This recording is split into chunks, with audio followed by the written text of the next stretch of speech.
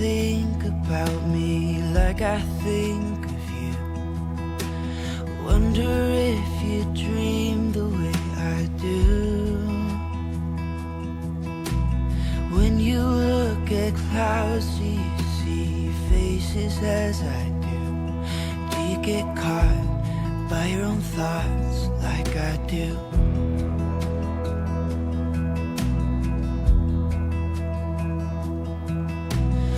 Wonder what would happen if I showed these words to you. Wonder if you laugh at my simple poetry. Or even worse, would you look at me with pity in your eyes, saying I'm great and that you would like to be my friend? 'Cause you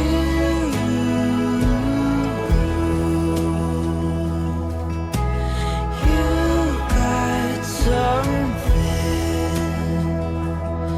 that my heart just can't ignore, that I've never felt before. And if you go, I wanna go there with you.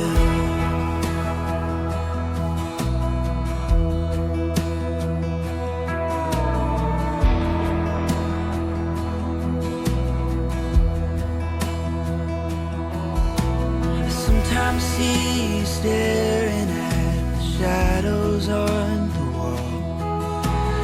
Wonder if you think about escaping.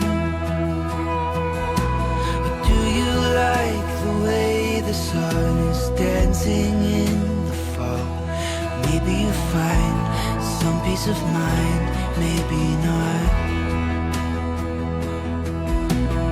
If I had courage to address you with my speech, yes, if I was brave enough to ask you,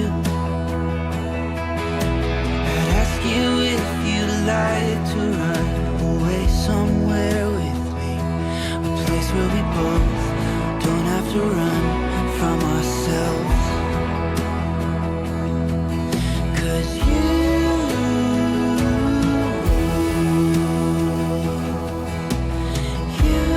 got something that my heart just can't ignore, that I've never felt before.